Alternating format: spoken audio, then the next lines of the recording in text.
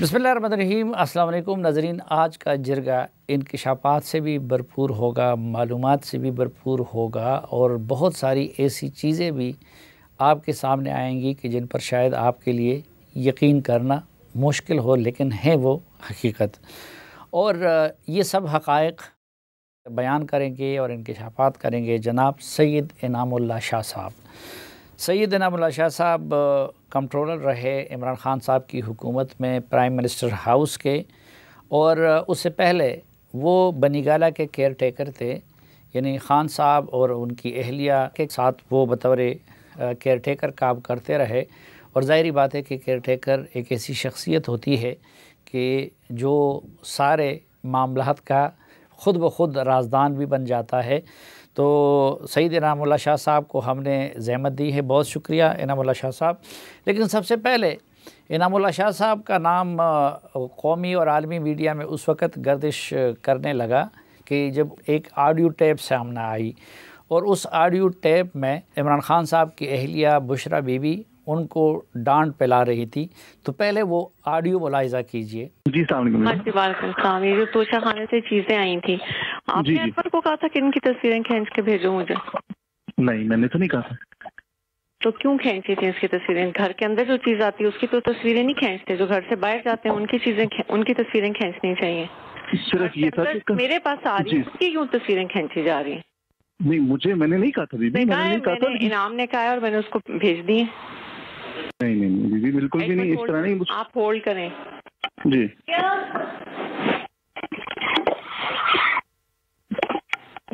आपने इनाम को भेजी? वो कह रहे हैं मुझे तो नहीं भेजी। नहीं भेजी है, लेकिन मैंने कहा नहीं भेजी है, लेकिन मैंने नहीं कहा तस्वीरें खींचने को। इनाम ने क्या, किसने कहा था तस्वीरें खींचने? किसने? क्यों? कौन? क्या सबूत? घर के अंदर आने वाली किसी चीज की तस्वीर नहीं खींचते, क्योंकि वो मेरे पास आ रही थी। घर से जो बाहर जाती हैं उनकी खींचनी चाहिए। घर के अंदर जो चीज आ रही है उसकी कौन तस्वीर खींचता है? किस चीज का प्रूफ? क्यों? आपको क्या जरूरत है प्रूफ करने की? आपने मेरे से पूछा है? आपने मेरे से पूछा है? सॉरी जी का क्या मतलब? आप लोगों ने तमाशा बनाया है इस घर को। वो एमएस हम पे ट्रस्ट करके भेज रहे हैं, उसने तस्वीरें नहीं खींची। आप कौन होते हैं तस्वीरें खींचने वाले? और तुम्हें क्यों भेजी है इसने तस्वीरें? बीबी मुझे तो नहीं, मुझे तस्वीरें कि ये चीजें आई है तो हम अंदर दे रहे हैं। मैंने कहा ठीक है, बस आप बीबी को दे दें, वो जाने उनका काम। क्या तुम लोगों का तुक है? बीबी हम लोगों ने क्या करना है उस पर तस्वीरों को? नहीं, क्या करना है? क्या करना है? आज के बाद तुम अब अंदर नहीं आओगे घर के, समझ आइए तुम्हें? ठीक है। ये तस्वीरें लेके वहीं रहो जहां तुम बैठे हो। ठीक है जी। इनामुल्लाह शाह साहब, पहले तो ये बताइए कि इस ऑडियो टैप के बारे में बुशरा बीबी ने फिर ये कहा था और पीटीआई का भी ये मौक़िफ़ था कि ये फैब्रिकेटेड है, इसकी कोई हकीकत नहीं है, ये बनाई गई है। तो ये जेन्युइन है? वाकई आपकी और बीबी की बात हो रही है? जी बिल्कुल, ये जेन्युइन है। ये मेरी और बुशरा बीबी की बात हो रही है। ये मेरा मोबाइल था और उनका लैंडलाइन नंबर था। अच्छा। उन्होंने मुझे कॉल की और बाकी आपने सुन लिया। इसके पीछे हकीकत कुछ यूँ है कि जो भी चीज़ आती थी तो अंदर नहीं, ये फिर उन्होंने क्यों ये दावा किया कि ज़ाहिरी बात है कि आपके फ़ोन में भी उसका रिकॉर्ड होगा, उधर भी रिकॉर्ड होगा, आवाज़ से भी पता चलता है कि आप हैं दूसरी तरफ, तो उन्होंने ये क्यों इसे इनकार किया? ये तो आप उनसे पूछें कि उन्होंने क्यों इनकार किया, क्योंकि मेरे पास तो सारी चीज़ें मौजूद हैं। इवन जो तस्वीरें हैं वो भी मौजूद हैं हमारे पास। अच्छा। मेरे पास हर चीज़, जी बिल्कुल, वो चीज़ें मौजूद हैं। और ये तस्वीरें किस चीज़ की थी? ये कुछ चीज़ें आई थी जो तोशा खाना से आती थी, कि मतलब ये चीज़ें तोशा खाना वाले हमें कॉल कर देते थे, जिसमें हमारे लड़के होते थे जो पीएम हाउस के, कि ये चीज़ें आई हैं, आप बीबी से पूछ लीजिएगा इनमें से कौन सी चीज़ें रखनी है आपने और कौन सी चीज़ें हम तोशा खाना में भिजवा दें। अच्छा। ये कुछ चीज़ें आई, इसके साथ एक लिस्ट भी आती थी। उस लिस्ट में जो चीज़ें थी वो पूरी नहीं थी। जो चीज़ें आई लिस्ट में कुछ ज़्यादा लिखी हुई थी, वो नहीं थी। तो मैंने रिकॉर्ड के लिए भी, अब इससे पहले भी होता रहा, ये पहली दफ़ा नहीं था, पहले भी मैं अपने पास रखता था, क्योंकि मुझे इनका भी पता था कि कल को अगर ये मुझसे पूछ लेती हैं कि इसमें फ़लानी चीज़ कम है, कहाँ है, क्योंकि ये तो तुम्हारे से होके आती है, तो मैं गरीब आदमी कहाँ से उनको वो चीज़ पूरी करके दूँगा। तो मैंने इस चीज़ के लिए अपने पास रखी थी कि जी ये चीज़ें हैं, ये चीज़, और ये चीज़ें आई हैं, ये चीज़ें मौजूद हैं लिस्ट में। और ये चीज़ें अगर आप कल को पूछ लेती हैं तो हमारे पास नहीं है। अच्छा, तो ये सारी रिकॉर्ड वो थी इसकी। क्या चीज़ें थी जिसकी तस्वीरें आप लोगों ने बनाई उसमें थी? डिफरेंट आइटम्स थे, कुछ मेरे ख्याल से कालीन थे, खजूरें थी, कुछ डिनर सेट वगैरह थे, कुछ इस तरह की चीज़ें थी। कोई ख़ास वो नहीं थी, मतलब कि आप ये कह लें कि कोई ज्वेलरी सेट वगैरह नहीं था, लेकिन यही जो आम चीज़ें थी किस डिफरेंट कंट्रीज़ के लोगों ने भेजी हुई थी तोहफे के तौर पे, जिस तरह प्राइम मिनिस्टर को भेजते। अच्छा, और बुशरा बीबी तस्वीर लेने या आपके एक दूसरे को भिजवाने पे इतना गुस्सा क्यों होती? शायद उनको यही था कि मैं किसी को भिजवा रहा हूँ ये तस्वीरें। हाँ, उनके दिल में ये था कि मैं ये तस्वीरें लेके किसी को, मतलब या मैं प्लांटेड हूँ, ये भी हो सकता है। उनके दिल में शक हो गया था, इसीलिए उन्होंने मुझे कहा कि भाई आज के बाद तुम घर नहीं आओगे। और उसके बाद उन्होंने आपको इस जॉब से उसके बाद क्या किया कि जिम्मेदारी से भी निकाल दिया? सर उन्होंने जी बिल्कुल, मुझे इसके बाद एक इनके साथ मेरी वो जो होती है ना कि उनको एतबार नहीं रहा मुझ पे, तो उसके बाद इन्होंने मुझे एक तकरीबन 3 दिन बाद बुलाया ऊपर, क्योंकि मेरा नीचे, उन्होंने कहा कि तुम नीचे ऑफिस संभालोगे, घर का जो उनका पोर्शन है वो ऊपर है। इन्होंने फिर मुझे बुलाया, उस लड़के को भी बुलाया जिसका जिक्र हुआ यहाँ पर, अनवर ज़ेब नाम है उसका। अच्छा, उसकी क्या जिम्मेदारी थी अनवर ज़ेब? वो घर के खान साहब की चीज़ें देखता था, किचन वगैरह, सफाई शफाई इसका काम करता। अच्छा, तो उन्होंने बुलाया दोनों को कि भाई तुम भी ऊपर आओ और इसको भी बुलाओ। जब मैं गया, उन्होंने पूछा कि अब मुझे दोबारा एक्सप्लेन करो कि ये क्या हुआ था। मैंने उनको बताया कि जी सिर्फ हमारे रिकॉर्ड के लिए ये चीज़ें इसलिए भी ज़रूरत थी कि कल आप मुझसे पूछ लेती हैं कि इसमें ये चीज़ कम है, तो मैं कहाँ से आपको वो करके दूँ। उन्होंने कहा नहीं, तुम दोनों में से कोई बंदा वो है, अब फैसला कर लो कि तुम दोनों में से कौन सा बंदा जाएगा। तो जो हमारे साथ जो दूसरा मुलाजिम था वो ऑलरेडी बहुत तंग आ चुका था, उसने मेरे आगे हाथ जोड़े कि यार तुम चुप कर जाओ। मैं कहता मैं जाना चाहता हूँ। उसी टाइम उसने कह दिया, उसने देखा कि इससे पहले कि ये बोले तो उसने कह दिया कि जी मुझे जाने दें।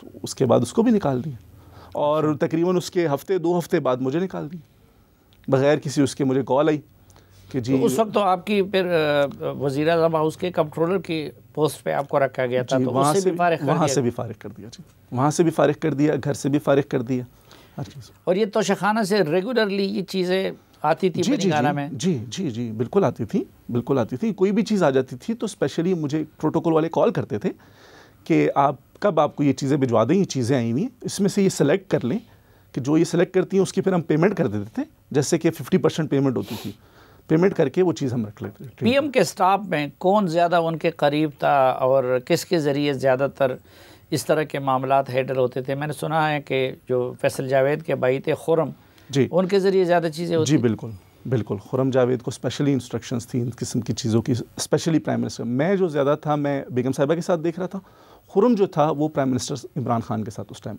ज़्यादा करीब थे और वही देख रहे थे सारी चीज़ें। लेकिन वो बुशरा बीबी के भी काबिल एतमाद थे और इसलिए तोशाखाना और बाकी चीज़ें वगैरह वो उनके ज़रिए। उसके बाद जी उनके भी बहुत ज़्यादा, जब मेरा ये मामला हुआ तो उन्होंने खुर्रम जावेद को कॉल की, हाँ, और उसके साथ सारी चीज़ें सेटिंग वगैरह करके फिर वो उनके काफ़ी करीब हो गया। अच्छा नाज़रीन, बहुत सारी और भी इंकशाफात हैं हमारे आज के मेहमान के पास, वो उनकी ज़ुबानी सुनेंगे, लेकिन एक मुख्तसर सी ब्रेक के बाद।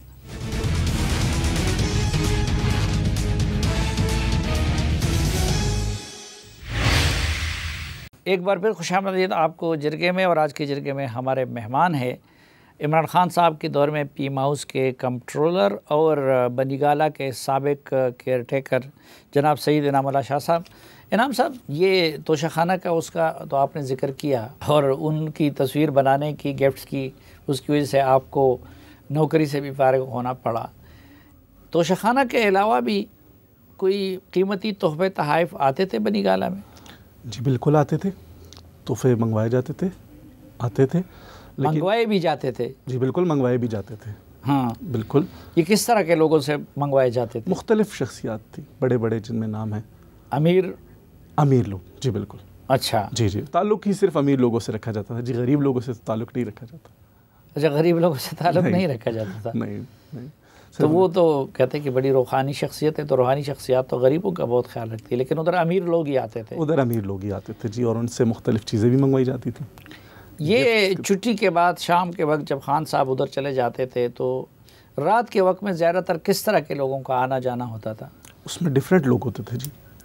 उसमें जैसे कि आपने कहा कि अमीर लोग, उसमें ऐसे लोग आते थे जिसमें अक्सर हमें कहा जाता था कि इनका नाम आपने नहीं बताना, ना गेट पे बताना है, ना सिक्योरिटी स्टाफ पे बताना है, और हमें भी नहीं बताया जाता था। हमें सिर्फ गाड़ी का नंबर बता दिया जाता था, या उसके साथ जो दूसरी गाड़ी है उसका नंबर बता दिया जाता था कि ये गाड़ी आएगी, इसको आप ऊपर भेज दीजिएगा। ऊपर से मुराद मेरा ये है क्योंकि घर का पोर्शन ऊपर था, इनका जो ऑफिस का सेक्शन था जहाँ पे हम लोग बैठते थे वो नीचे था। बनी गाला में ज़्यादा इन्फ्लुएंस पीटीआई के किस बंदे का था, किस रहनुमा का था? जुल्फी बुखारी साहब थे, फवाद चौधरी साहब थे, या खुरब जावेद थे, फैसल जावेद थे? कौन ज़्यादा फैसलों पे असरअंदाज होता था और बीबी के कौन ज़्यादा करीब था, या खान साहब? बीबी के ज़्यादा करीब जो शुरू में था वो जुल्फी बुखारी था। अच्छा। जुल्फी बुखारी साहब बिल्कुल उनके करीब थे, ज़्यादातर बातचीत भी उनसे होती थी। फिर बीच में जुल्फी बुखारी साहब से वल्लाह आलम क्या वो हुआ कि उन्होंने उनको मना कर दिया, उनका नंबर भी ब्लॉक कर दिया, और फिर मेरे थ्रू उनसे बातचीत होती थी, उनकी जो मैसेज वगैरह देने होते थे। वो जुल्फी साहब, वो किस तरह के मैसेजेस होते थे? सख्ती के मैसेज होते थे? डिफरेंट टाइप के होते थे जी। सख्ती के भी होते थे, हाँ, जिसमें एक बंदे को सुनाई भी मतलब आप ये भी कह सकते हैं कि सुनाने वाले मैसेजेस भी होते थे डिफरेंट लोगों को। जी, ये बात दुरुस्त है कि वो कुछ लोगों को आपके ज़रिए डांट पिलाती थी या रुसवा करती थी? जी बिल्कुल साफ़ी साहब, इस बात में बिल्कुल हकीकत है, ये 100%। और फिर उन लोगों ने इमरान खान साहब को गिला भी दिया कि देखें, आप हमें डायरेक्टली कह दें, आप इनाम के ज़रिए हमें इंसल्ट कर रही हैं या हमें बातें सुना रही हैं। उन लोगों का नाम आप लेना पसंद करेंगे? नहीं साफ़ी साहब। हाँ, लेकिन पार्टी रहनुमा होते थे? जी बिल्कुल, बड़े बड़े पार्टी रहनुमा। अच्छा जी जी बिल्कुल। अच्छा, ये जो कहा जाता है कि जहांगीर तरीन साहब को वहाँ से फारिग करने में बुशरा बीबी का भी कोई रोल था, ये हकीकत है? जी बिल्कुल हकीकत है, क्योंकि बुशरा बीबी को लगता था कि जो इमरान खान साहब की वजह से ये लोग बहुत ज़्यादा फेमस इनकी वजह से हुए हैं, या ये फ़ायदे ले ये लोग लेते जा रहे हैं, इमरान खान साहब का नाम यूज़ कर रहे हैं, तो उसको उन चीज़ से बड़ी ज़्यादा आप कह सकते हैं ग्रजेस थे उनसे, तरीन साहब से। तो बिल्कुल इसमें कोई वो नहीं है, दो राय नहीं है कि इनको दूर करने में बेगम साहिबा का बहुत बड़ा हाथ है। लेकिन वो जहांगीर तरीन से किस चीज़ पे नाराज़ हुई थी? डिफरेंट चीज़ें थी साफ़ी साहब के, मतलब एक तो जो मेन जो चीज़ थी वो पंजाब के मामलात थे। अच्छा, पंजाब के मामलात, क्योंकि पंजाब में तरीन साहब आप ज़्यादातर काम रखते थे, चीज़ें भी, खैर वो प्राइम मिनिस्टर हाउस को भी देखते थे, लेकिन पंजाब में उनको इस चीज़ से बड़ा ज़्यादा वो था कि भाई ये पंजाब में क्यों इतना ज़्यादा फेमस है, जो इनका लगाया हुआ बंदा था उससे ज़्यादा जो काम होते हैं या उससे ज़्यादा लोग जो इज़्ज़त करते हैं, रिस्पेक्ट करते हैं, वो तरीन साहब की करते हैं। ऐसा क्यों है? जबकि एक बंदे को अल्लाह ने इज़्ज़त दी है तो उससे कोई बंदा नहीं छीन सकता। तो ये हकीकत है कि उनको इमरान खान साहब से दूर कराने में मोहतरमा का हाथ बहुत था, बुशरा बीबी। और ओन चौधरी को दूर करने में या निकालने में उसमें भी बुशरा बीबी का कोई हाथ था? ओन चौधरी साहब ने तो खुद ही एक्सप्लेन किया, और मैंने ना एक दिन नईम उल हक साहब से पूछा भी था। नहीं, वो तो हमने ओन का वर्जन सुना है ना, लेकिन बीबी के साथ आप थे ना। उनको बीबी साहिबा को ज़्यादा मसला ओन चौधरी साहब से ये था कि आप खान साहब से ज़्यादा वफ़ादार ओन चौधरी साहब और अलीम खान साहब के, आप अच्छा, जो है ज़्यादातर उनके वफ़ादार हैं। अच्छा, ये उन पे शक करते थे? जी, उन पे शक था उनको कि आप अलीम खान के ज़्यादा वफ़ादार हैं और जहांगीर तरीन साहब के, और जहांगीर तरीन साहब के, तो इसलिए उनको बैठे बैठे, और जिस रात आपको पता ही होगा कि जिस दिन इमरान खान साहब ने ओथ लेना था प्राइम मिनिस्टर का, उस रात उनको फारिग कर दिया। और मैं यहाँ पे यही कहूँगा कि मैं और ओन बेचारा रात को 12-1 बजे तक कार्ड्स बांटते रहे, और उसके बाद एकदम जी नईम उल हक साहब की उनको कॉल आ जाती है कि कल आपने नहीं आना, क्योंकि मोहतरमा ने ख्वाब देखा है कि आप अच्छा ठीक नहीं है उनके लिए। तो ये अच्छा, ये जब अगले दिन पीएम हलफ ले रहे थे जी जी, तो रात को इनविटेशन कार्ड आप और ओन तकसीम जी बिल्कुल रात 12-1 बजे तक हम इकट्ठे थे मैरियट में, लोगों को दे रहे थे कार्ड्स डिफरेंट जगह पे जाके। उन्होंने मेरी ड्यूटी लगाई थी। अच्छा, मैरियट के बाद, क्योंकि मैं मैरियट में निकल गया था, हाँ, मैंने सुबह उधर जाना था 7 बजे, मैं निकल गया था। उसके बाद ओन साहब ने कुछ लोगों को कार्ड्स देने थे, तो वो सेरीना चले गए, वहाँ पे उनको कॉल आई, उनको कॉल आई कि सुबह आपने नहीं आना, आप वापस लाहौर चले जाएं। क्यों? क्योंकि बेगम साहिबा ने ख्वाब देखा है कि आप अच्छे नहीं है, ठीक नहीं है। ये तो खैर ओन चौधरी साहब ने भी आपको बताया, और नईम उल हक साहब से भी मैंने पूछा था तो उन्होंने यही बात की थी कि यार मुझे खान साहब ने यही चीज़ की है। अच्छा, जहांगीर तरीन जैसे मोहसिन, ओन चौधरी जैसे राजदान इतने बड़े बड़े लोगों को एक दिन में अगर फारिग किया जाता था तो खान साहब बुशरा बीबी के फैसलों को रिजिस्ट नहीं करते थे? या साहब बुशरा बीबी के फैसलों पे बिल्कुल भी रिएक्शन नहीं देते थे। रिएक्शन अगर दे भी देते थे तो उनकी सुनी नहीं जाती थी, मानी नहीं जाती थी। बुशरा बीबी की बात मानी जाती थी। बिल्कुल बुशरा बीबी। उसमें मैं आपको एक और बहुत अच्छा वो चले आपने छेड़ दिया। हमारा एक मुलाजिम था, मुझे कॉल आती है इनकी कि इसको अभी के अभी फारिग करो। मगरिब का टाइम था, वो काफ़ी पुराना मुलाजिम था, कोई तकरीबन 20-21 साल खान साहब के साथ उसने गुजारे थे कि इसको अभी के अभी फारिग करो। एंड वो वहाँ पे था नहीं, वो पिंडी गया हुआ था किसी की शादी पे। मैंने उसे कॉल की, मैंने कहा जी मोहतरमा ये कह रही हैं कि उसे कहो कि आके अपना सामान उठाए और अभी के अभी चला जाए। मैं अब क्या करूँ, मेरा तो मजबूरी है आपको कहना। उसने कहा जी कोई बात नहीं, मैं आ जाता हूँ। थोड़ी देर लेट हुई, इन्होंने फिर मुझसे कॉल करवाई कि उसे कहो कि अभी के अभी आए, नहीं तो हम सामान बाहर फेंकवा देंगे। वो बेचारा आया वहाँ से, 20-21 साल बल्कि 22 साल तब तक हो चुके होंगे। उसने एक काम किया खान साहब के साथ, उसको निकाला। अगले दिन खान साहब ने मुझे कोई चीज़ दी कि ये उस मुलाजिम को दे देना। खान साहब जब सुबह जाते थे ऑफिस तो मैं बाहर खड़ा होता था कि कोई काम शाम हो, तो उन्होंने कहा कि ये उसको दे देना। उसी मुलाजिम का नाम लिया तो मैं थोड़ा सा वो हो गया। मैंने कहा जी उसको तो रात को निकाल दिया। कैसे निकाल दिया? मैंने कहा जी बेगम साहबा की कॉल आई थी, उन्होंने बड़े सख्त अल्फाज में, तो मैं तो जो बेगम साहबा कहेंगी क्योंकि आपका ऑर्डर है। अच्छा चलो ये रखो, वापस आएगा। ये खान साहब के अल्फाज थे कि वो वापस आएगा। लेकिन उसके बाद ना खान साहब ने कुछ कहा। लेकिन खान साहब तो सियासी मामलात में या पार्टी मामलात में या हुकूमती मामलात में बिल्कुल वन मैन शो चलाते थे, किसी की नहीं मानते थे। पार्टी की उनके यहाँ मुशावरत भी बहुत कम होती थी, लेकिन जो मुशावरत भी होती थी काबीना में या किसी और जगह पे तो वो बराए नाम होती थी, सिर्फ उसमें खुशामद होती थी और वही पॉलिसी चलती थी जो खान के मुंह से। यानी बिल्कुल खान साहब एक खुदसर आदमी की तरह बिहेव करते थे। तो उधर क्या आपने क्या महसूस किया कि क्यों इतना गैर मामूली असर था बीबी का कि उस खान की शख्सियत उधर आके बिल्कुल दूसरी हो गई थी? कि ओन चौधरी हो, अलीम ख़ान हो या जहांगीर तरीन हो, सब की कुर्बानी देने, घर के 25-25 साल के जिस तरह आप कह रहे हैं कि मुलाजिमीन को फारिग किया जाता है और ख़ान साहब को रिजिस्ट नहीं करते थे। तो ख़ान साहब की यानी एक नॉर्मल मियाँ बीवी के ताल्लुक़ में भी हमारे यहाँ तो अमूमन ज़्यादातर घर में मर्द की चलती है इस तरह के मामलात में, तो उसकी क्या वजह आपको नज़र आई?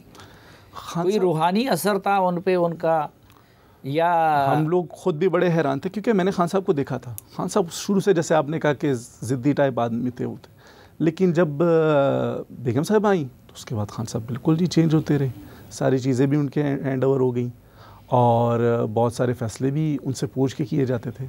बल्कि मुझे जितने भी ऑर्डर्स दिए जाते थे वो बेगम साहिबा ही कहती थी कि फ़लाना काम कर दो, फ़लाना काम ये कर दो, इसको कॉल करके ये कह दो। वो सियासत और हुकूमत से रिलेटेड होती थी? बिल्कुल होती थी, उससे भी रिलेटेड थी। अच्छा, हम दो डिफरेंट और दो एक्सट्रीम वर्जन सुन रहे हैं। एक तरफ PTI वाले हैं कि जी वो तो घरेलू खातून है, रूहानी शख्सियत है, उनका कोई ताल्लुक़ नहीं है। दूसरा वर्जन हमें ये मिलता है कि नहीं, जो आप अभी बता रहे हैं कि वो ज़्यादातर सियासी और हुकूमती मामलात भी चलाती थी। जी बिल्कुल। तो हकीकत क्या थी? बिल्कुल जी, वो चलाती ये थी। दूसरी बात थी पंजाब हुकूमत को देख लें। पंजाब हुकूमत जिसके हवाले किया हुआ था उस्मान बुज़दार साहब, उनको कौन लेके आया था? उनको लेके आने वाला कौन था? वो जमील और उनकी जो वाइफ हैं फ़रा, वो थी। और जब जिस दिन ये आया भी, उस दिन भी ये साथ आए थे, जमील गुजर साहब साथ आए थे उनके, उस्मान बुज़दार साहब के, जब वो मिलने आए थे खान साहब से। अच्छा, पहली मरतबा जब पहली दफ़ा तो जमील गुजर साहब? जी बिल्कुल। और मुझे खान साहब ने बुलाया, ओन चौधरी भी तब वहीं थे, उन्होंने बुलाया और उन्होंने कहा कि इनको ले जाओ और तरीन साहब से और अलीम खान साहब से मिला दो कि ये तुम लोगों का नया CM है पंजाब का। अच्छा। तो तब जमील गुजर साहब वहीं पे थे। जी। और फिर मोहतरमा सारा पंजाब वही देखती थी, उस्मान बुज़दार साहब को कॉल करना, उनको बुलाना, उनसे मीटिंग करना। अच्छा, उस वक्त तो ग़ालिबन आप वहाँ से निकल गए थे, लेकिन मेरी मालूमात ये थी कि जो DGISI की तकर्री में जो रुकावट डाली गई थी तो उसमें भी बेसिक वजह जो है वो बुशरा बीबी का एतराज़ था। जैसे आपने सुना है, सब इस तरह हमने भी सुना है और हो भी सकता है जी। क्योंकि कुछ लोगों की वो तस्वीर देख के अंदाज़ा करती थी कि ये बंदा ठीक है या नहीं, खान साहब के लिए बेहतर है या नहीं है।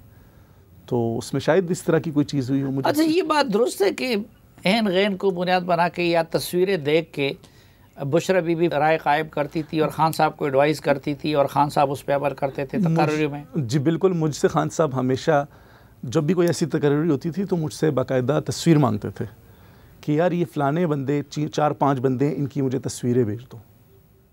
अच्छा, खान साहब तस्वीरें मांगते थे तकर्री के वक्त? जी बिल्कुल मांगते थे। उसमें फिर बीबी देखती थी और कोई रिजेक्ट हो जाता था? जी बिल्कुल बिल्कुल, उसमें वो नहीं, आप खुद इसके गवाह हैं कि तस्वीरों को देखकर मुझसे खान साहब मंगवाते थे और मुझे यही पता था कि तस्वीरें यही दिखती थी, क्योंकि जब इलेक्शन था तो इलेक्शन में जब हम टिकट्स वगैरह दे रहे थे तो टिकट्स वगैरह जब हम फाइनल करते थे तो फिर रात को मेरा काम ये होता था कि जो जो बंदे फाइनल हुए हैं, हाँ, या जो जो कैंडिडेट हैं, उनकी पूरी एक फ़ाइल बना के जिसमें तस्वीर मस्ट होनी चाहिए। अच्छा जी, वो मैंने जाके पहुंचा के आनी है ऊपर, हाँ, खान साहब को देनी है। तो खान साहब तो सो जाते थे। अच्छा। फिर वो बैठ के उसमें था, तो अगले दिन खान साहब उसमें से फैसले कर रहे थे कि यार ये रात को ये मैंने सोचा है। बुशरा बीबी उनको तस्वीर देख के बता देती थी कि ये ओके है, ये रिजेक्टेड है। अच्छा, फ़रा गोगी साहबा है या फ़रहद बीबी है और जमील गुजर, इनके साथ कितनी क़ुर्बत है और क्या वजह है? उनका कितना आना जाना होता था? बीबी का उनके साथ कितना रब्ता होता था? जमील साहब स्टार्ट में आए थे, लेकिन आपको याद होगा कि वो डीपी वाला एक वाक़या हुआ था, हाँ, रिजवान वाला जी, तो उसके बाद जमील साहब नहीं आए। ठीक। फ़रा उसके बाद आई हैं, कई मरतबा आई हैं, मुझे याद नहीं है, लेकिन 4-5 दफ़ा उसके बाद आई।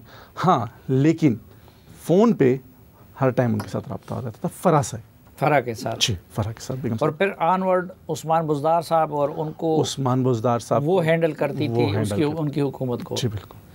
अच्छा, ये जो हम सुनते थे कि कोई जादू टोने का अमल भी होता था और बकरे ज़बा होते थे, और तो ये इस तरह की एक्टिविटी वाकई होती थी या सुनी सुनाई बातें हैं? बकरे बिल्कुल ज़बा होते थे, इसमें कोई शक नहीं है। उसमें ये होता था कि मतलब हमें जो बताया जाता था कि ये सदका है खान साहब का। बकरा हम हर 15 दिन बाद एक बकरा, मेरी ड्यूटी थी कि आपने मंगवाना है हर 15 दिन बाद।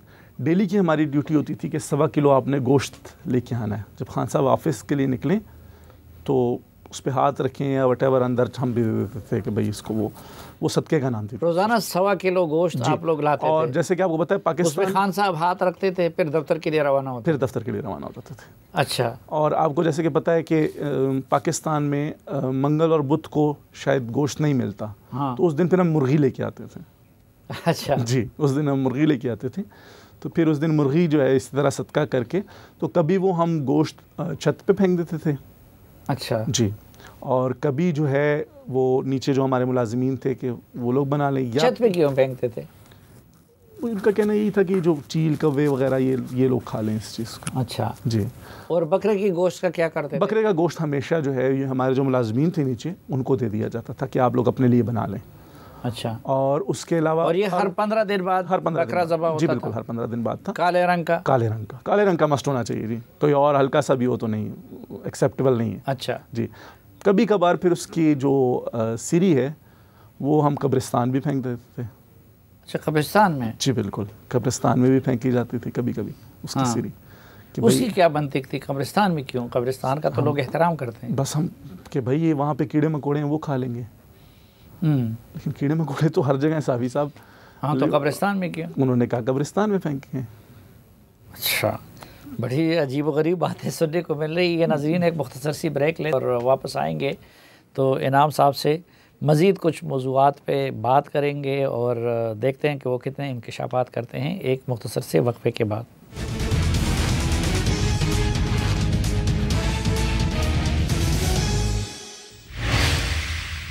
एक बार फिर खुशामदीद आपको जिरगे में। आज के जिरगे में हमारे मेहमान हैं इमरान खान साहब के दौरे हुकूमत के PM हाउस के कंट्रोलर और बनीगारा के साबिक केयर टेकर जनाब इनामुल्लाह साहब। इनाम साहब, ये वज़रा या हुकूमती मामलात को चलाने में बीबी का क्या रोल होता था और ख़ान को वो क्या एडवाइस करती थी? वो तो उन्हीं को पता होगा, लेकिन ये है कि खान साहब जो है अक्सर डिस्कस करते थे बेगम साहिबा से चीज़ें। हाँ। वही बताती थी उनको कि भाई ये है डिस्कस कर। हमने सुनने में ये आया कि जो ये चाहती हैं वही होता। घर के जो मुलाजमीन थे उनसे यही पता लगता था कि यार खान साहब जो बेगम साहबा कहती हैं वही होता। अच्छा। स्पेशली मैं फिर आपको कह रहा हूँ कि पंजाब के मामले में तो इस चीज़ को मैं ख़ुद भी कह सकता हूँ कि काफ़ी हद तक ये पंजाब में जो उन्होंने अब बुज़दार साहब ने बड़ी तारीख़ी बेवफाई भी कर ली।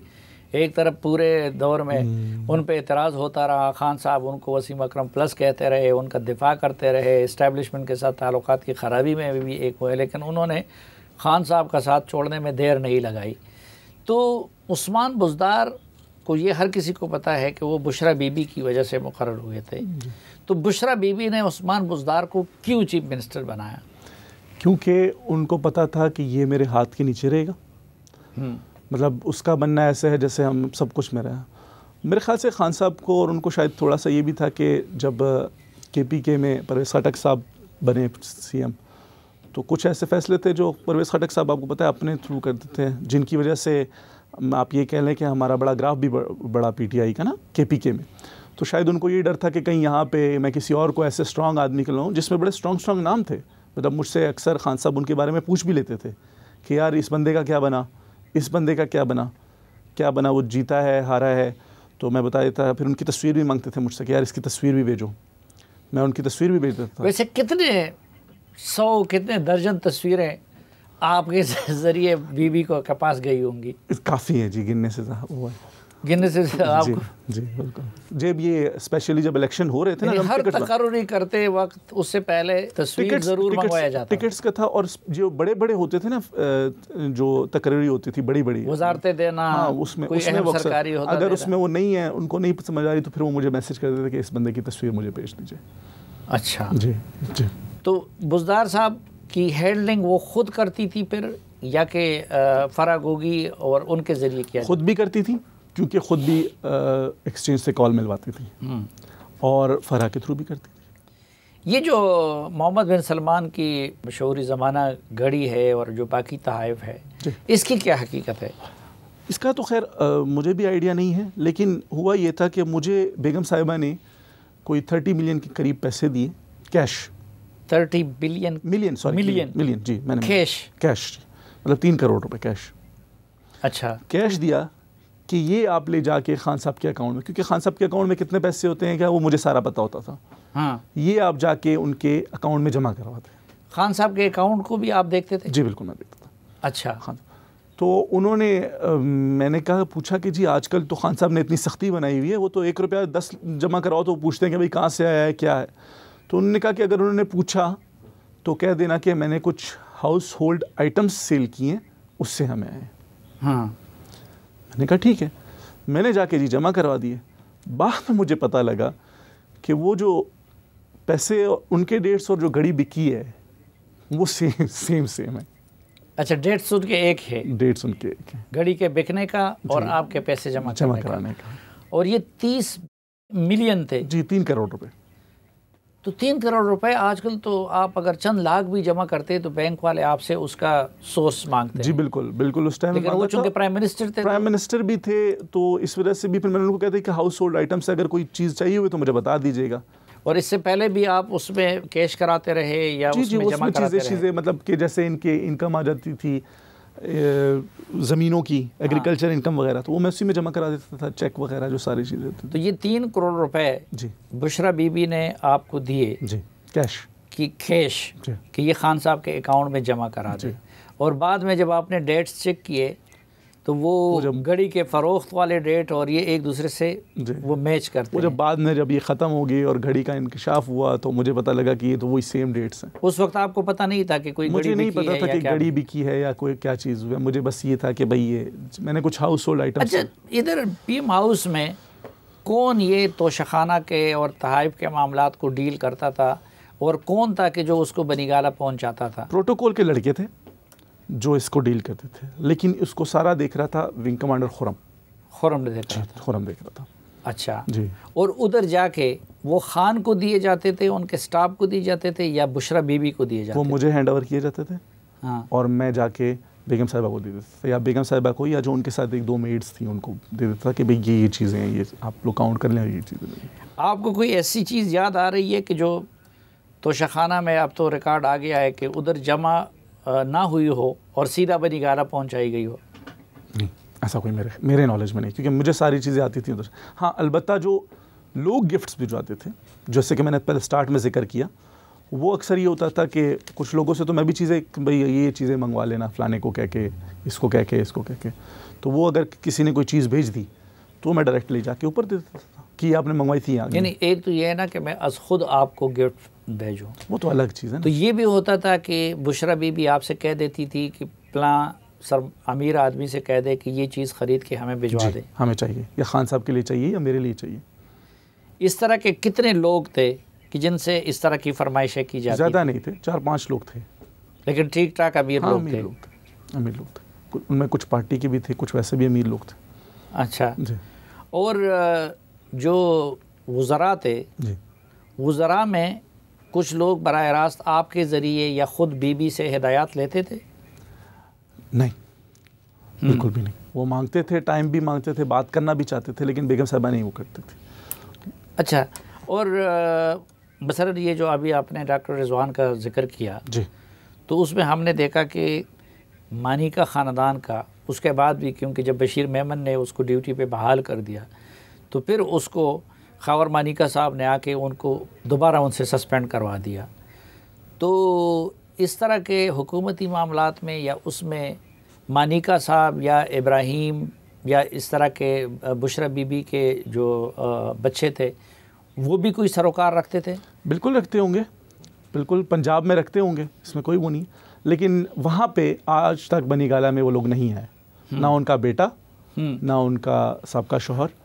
हाँ, अलबत्ता ये कि उनकी एक छोटी बेटी थी, वो कभी कभी आ जाती थी माँ से मिलने के लिए, वो उसके अलावा, और बाकी ये कि फ़ोन पे तो ये लगी रहती थी।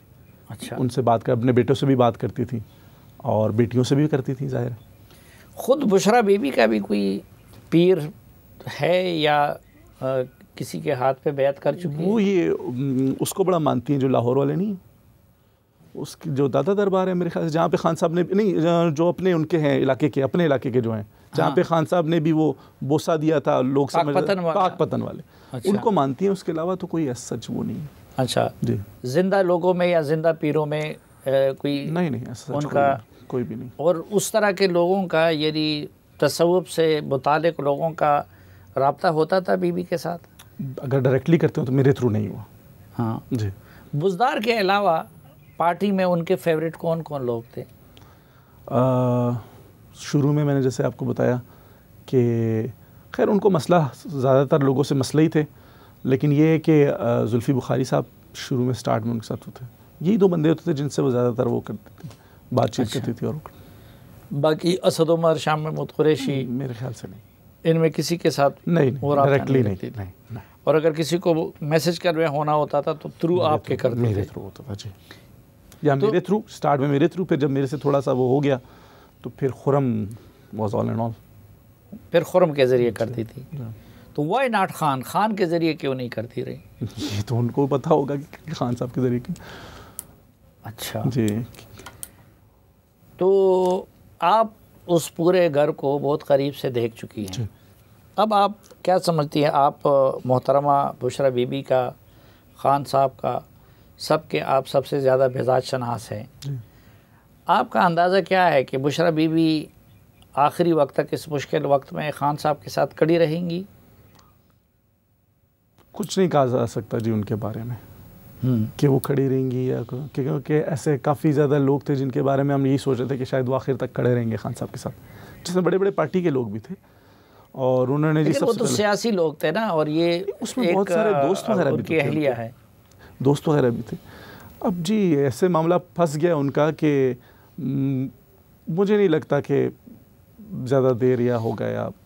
इमरान खान साहब जो उनकी हर बात पे आमन्ना व सदकना कहते थे, तो आपने क्या महसूस किया कि उसकी वजह कोई रूहानी असर था, कोई जादू टोने पे वो भी बिलीव करते थे, जादू टोना था, या कि वैसे जिस तरह जादू टोना तो कुछ लोग हम जैसे बीवियों के ताबेदार होते हैं, वो वजह थी? बस कुछ रूहानी मुझे लग रहा था कि कोई ना कोई वो था ज़रूर, क्योंकि खान साहब आपको पता ही है कि इस किस्म के बंदे नहीं थे, लेकिन जिस तरह उनके वो ताबे हो गए थे तो हम खुद भी बड़े हैरान थे कि यार जो वो कह रहे हैं खान साहब कह रहे हैं ठीक है। बहुत शुक्रिया जनाब इनामुल्लाह शाह साहब हमें वक्त देने और हमसे बात करने के लिए। Thank you so much. Inamullah साहब के पास ज़ाहिरी बात है कि वो इतने अरसे बनी गाला के केयर टेकर रहे, तो बहुत सारी ऐसी मालूमात भी हैं और इंकिशाफात भी हैं जो कि ख़ान साहब या बुशरा बीबी की ज़ाती ज़िंदगी से मुताल्लिक़ हैं। लेकिन जिस तरह के आप जानते हैं, हमारे कुछ सहाफ़ती दोस्त दूसरी राय रखते हैं। वो ये कहते हैं कि पब्लिक फ़िगर की कोई निजी ज़िंदगी नहीं होती। लेकिन मैं उन लोगों में शामिल हूँ और ख़ुद इनाम साहब भी शायद उन लोगों में शामिल हैं कि जो निजी ज़िंदगी में नहीं घुसना चाहते।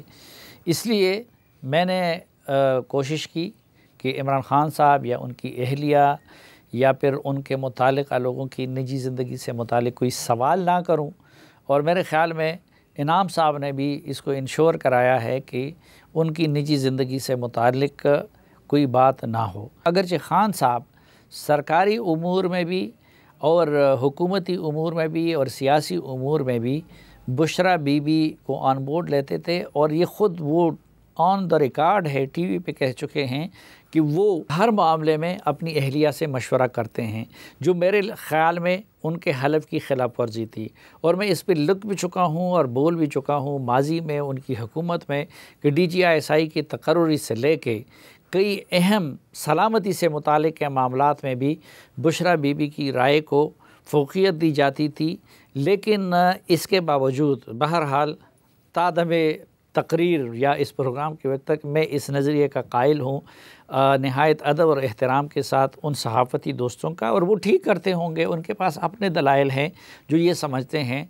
लेकिन मेरी अपनी अभी तक राय ये है कि मेरी कोशिश होता हूँ, मुझे ख़ुद पता है कि हम ख़ुद कितने गुनाहगार हैं, इसलिए मेरी कोशिश ये रहती है कि वो इमरान ख़ान साहब हों, मियाँ नवाज़ शरीफ साहब हों, आसिफ ज़रदारी साहब हों और मौलाना फजलुर रहमान साहब हो या कोई और हो, कि उनकी निजी ज़िंदगी में झांकने की कोशिश ना करूं। आज के जरगे में भी मैंने ये कोशिश की है। उस कोशिश पे मैं कितना कामयाब हुआ हूँ, इनाम साहब कितने कामयाब हुए हैं, ये फ़ैसला आप ख़ुद कर सकते हैं। इस दुआ के साथ कि आप जहाँ भी रहें खुश रहें, और इस उम्मीद के साथ कि पाकिस्तान अमन का, सलामती का और आइन की बालादस्ती का गहवारा बने। इनाम शाह साहब के एक बार फिर शुक्रिया के साथ आज के इस जरगे से इजाज़त चाहता हूँ। इजाज़त दीजिए। अल्लाह हाफ़िज़।